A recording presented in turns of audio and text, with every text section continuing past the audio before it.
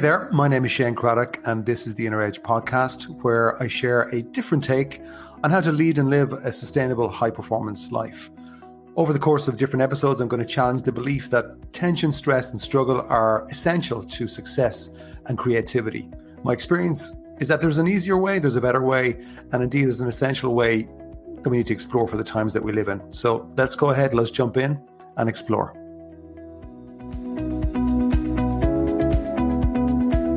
Hello and welcome to today's episode, The Power of a MindShift. Now, I think this is something that I've discovered that could be quite significant. It is quite significant in terms of what it means, but also it also removes, I think, a lot of stress and unnecessary angst, but also raises a big question mark over even how we talk about performance, success, and even enjoyment in life. So let's take it from the top, Shane. What is a mind shift? Under my definition, this is my definition now. A mind shift is a shift in realization or perspective, right? So you can call it an aha moment or a click moment that allows you to move to a higher level of performance, clarity, and or contentment, right? And obviously, that sounds pretty good. And you could call it a eureka moment or a penny drop moment. But what I find really interesting as I've gone along in my life and in my career, in particular working on myself, but also helping other people to work on themselves to kind of get to a higher level of performance, is that this is kind of hardwired into us. And actually, the less we try and do this, the more it seems to me that actually these mind shifts, or you could call them, as I say, an insight or eureka moment, that allows you to kind of move up to a different level, to play at a higher level. And so I think we need to understand the nature of mind shifts because they do allow us to raise our game significantly. Now, let's explore this. So I think, for example, there's a guy called Dr. Herbert Benson, who I think is associate professor of medicine in Harvard in the US, who originally, I think, came to fame with a book that he published called The Relaxation Response. I think it was back in the early 90s. Then he followed that up with another book called The Breakout Principle. And the Breakout Principle is kind of close to what I'm talking to here in terms of he identified, first of all, in the relaxation response, that if people were able to kind of learn how to relax, they would have a huge boost to their immune system, to their health, and to their minds. In the breakout principle, he kind of followed up that research by showing that, okay, if you can actually, and this is the phrase he used, which I think is really key, if you can break the previous patterns of thought that you were in, very often it'll allow you to move up and get an insight or a mind shift to move up a level. So, for example, the simplest example he would have given would be around having a shower. And, you might just get that eureka moment in the shower where you get this idea or you just see something that you hadn't seen before. There's a realization of something. But for most people, that's very random. And what he was looking at, well, how do you bring it more often into the equation than not? But I still believe that actually he hit a limitation because it was very much, focused on, well, how do you break those patterns of thought? But for me, actually, if you can break the patterns of thought, it's really more about understanding how we work from the inside out and actually understanding where these mind shifts come from and the fact that actually they're kind of hardwired into us. You don't need to force anything. So maybe to use this analogy, it's a bit like shifting gears mentally. Most people can get stuck in a gear without realizing it. And that's why very often they'll burn out the engine or they get really tired or they can use a phrase like, I'm just stuck in a rut. I just feel like I'm stuck. And when you move out of that stuck gear and you move into a higher gear so that you're able to kind of move at the speed or in the flow the way that you want, I've realized more and more it's a feeling more than it is about thinking your way there. So it's really very much about having this kind of feeling of being calm, centered, clear. And when you're in that state, the natural the natural mode that you're in is to have these mind shifts. So kind of your own intelligence kicks in. And so this is really working from the inner to the outer. I remember when I was depressed, and I've shared that in previous episodes here, back in my mid-20s, and having that first meeting with the counselor. And when he said to me, you realize that you have a mind, that for me was a massive mind shift because whatever way I heard it or whatever way it hit me, I just realized, oh, wow, I have a mind and I have no idea what it is, how to manage it, how to use it. But what came out of that for me over the following days was that I realized in a moment that I didn't have to believe my thinking, which is quite significant. I didn't have to believe it. And so I don't believe my thinking. Now, at the time, I kind of saw that, had a massive effect, reduced my stress, had a massive jump in clarity, and even a jump in performance. But then, because it wasn't really grounded, I kind of fell back then into into my old habits, my old patterns of thinking. Less so now because I understand, I think, how it works more. Certainly, it seems that way in terms of my life and work and everything else, and people I'm working with. The problem is that the modern world, especially because of technology, is set up, I think, to block these mind shifts. Why? Because they're creating busier minds, and the busy mind stops the natural bubbling up of these eureka moments, these insights, these mind shifts.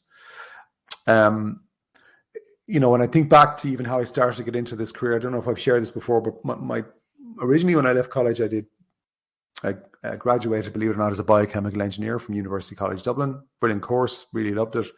I always knew I kind of wanted to move more towards business.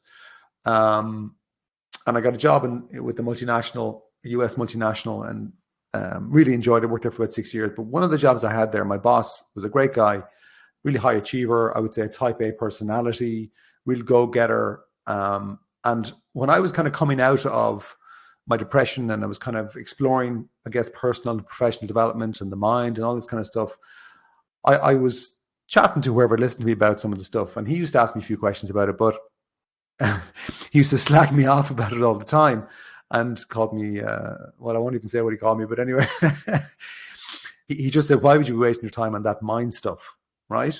Or any of this kind of stuff. He said, like, that's just weird stuff. But I found it worked. And we used to have this kind of banter about it. And we eventually both left that business, but we still kept in touch.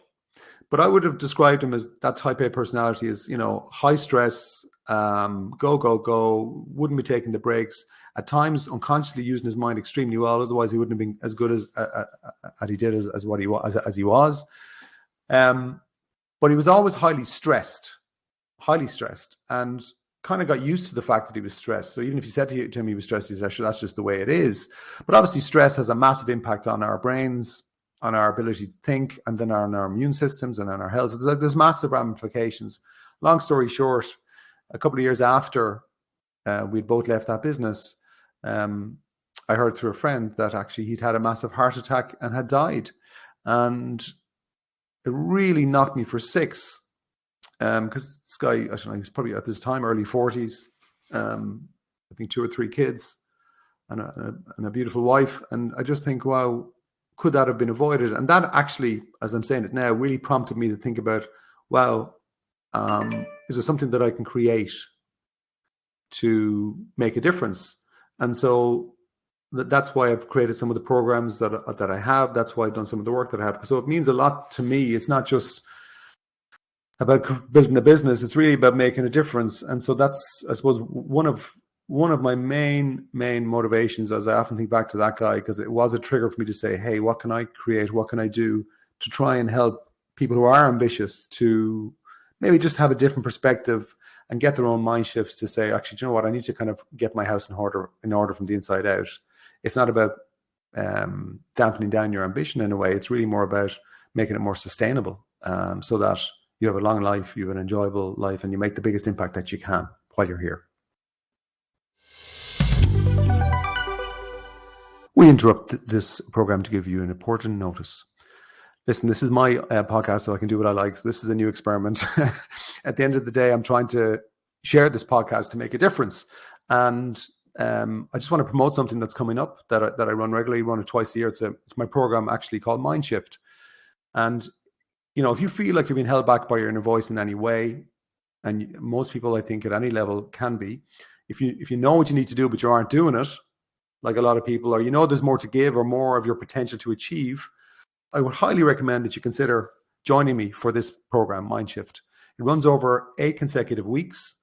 It's run virtually now, and the way it's set up is to help you genuinely integrate the right habits to help you succeed and live better. Both are important, and Also to create an environment, an inner environment to allow for more mind shifts, eureka moments to happen for you. Totally virtual. It's all live, and it's all with me. It's not your normal program at all, right? It's fun. It's interactive. It is not the same as any other program, is the feedback I've been given. You will meet like-minded people. You will make friends for life. And I'm so confident, genuinely in it, that if you're not happy after 2 weeks doing the program, I'll give you your money back. I only run it twice a year. And the most common feedback that I hear from this program after people have done the program is, I wish I'd done this sooner, Shane. I won't say any more. I'll leave a link in the notes here. But if any of this resonates, if any of the podcasts strike a chord with you, please consider joining me on the next MindShift program. So a kind of a common experience, I guess, that I have is if I'm working with a client, generally I'll often hear that people will come in to talk to me, and the common phrase they'll say is, look, I'm stuck in a rut, or I feel like I'm kind of plateauing. And of course, what will happen then is, as we're talking it through, my job is to try and help them. It's not to tell them what to do. It's not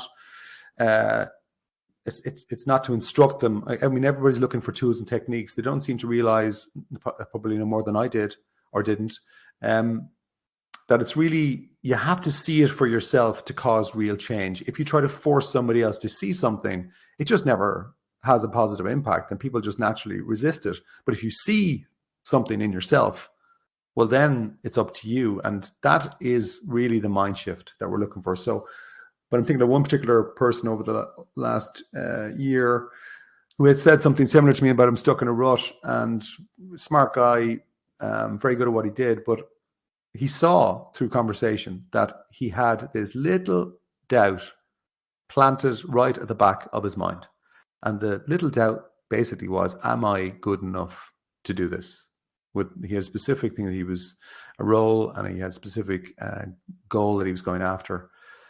And small and all as that was, it actually was really massive, because it was filtering all of his thinking. It had created a lens that was causing doubt, which ultimately created feelings of stress, of anxiety, so you can imagine. And I think who can't relate to that, I guess, at some point in their lives, that, okay, am I good enough? But for him, we didn't need to create any tools or techniques, which is maybe what I would have done 10 years ago, or affirmations, all this kind of stuff. I just think it's unnecessary now, because when you start to see it, and this person saw it, that was the end of it. Because, I mean, I have enough experience working with leaders, etc., that I can say, listen, actually, from what I see of you, you have more than enough skills. You are good enough. And for this person, that was enough to shift this particular thought. And actually, they have gone on over the last, I think, 6-7 months to have perhaps their best year in 10 years, purely because of that mind shift. And it's funny, again, I can relate to this myself, as I say, share it, but certainly I hear with clients, maybe you can relate to it, that a lot of people can realize that they're carrying around burdens, these heavy, invisible inner weights. It could be to do with guilt or shame. It could be to do with anything really that just dampens your spirits. And again, when you start to realize, well, hang on here, I have a choice. I'm the one actually giving this energy. I'm the one watering the weeds. What if I just let it go? But if you see that, really, that's a mind shift. So I think, when do you have your best ideas? Think about it. I mean, for most people, it's in the shower, or driving their car, or they could be out in nature, having a hike or a walk, maybe running, exercise in the gym, maybe chatting with a really, really good friend. But what's happening there really underneath it all is you're breaking the underlying patterns of thought. So if you've been stewing on a problem, your mind might think that's the best way to attack or solve that problem. In actual fact, it has to stop up to a point to kind of get that breakthrough or that mind shift. And so that's very often why I run different retreats and things like that, over 2 or 3 days, people relax their mind, they get distracted from their problems, which is breaking the underlying pattern of thought. And so what happens is, as they relax, their own natural wisdom, their own natural intelligence kicks in. And very often they can just get this, boom, eureka moment, say, oh my God, I know exactly what I need to do to raise investment, to solve a key problem, to increase sales, to do whatever it is that's important for you. It could be something to do with the personal side. So for you, what's important to you? What are you struggling with? And Where can you let go? How can you distract your mind and actually let go of your thinking, your overthinking around that? Could be to do with any some fear or concerns or doubts or worries. And just remember, and I hope some of this makes sense, feel free to send me on a question by email, support@shanecraddock.com, 1D.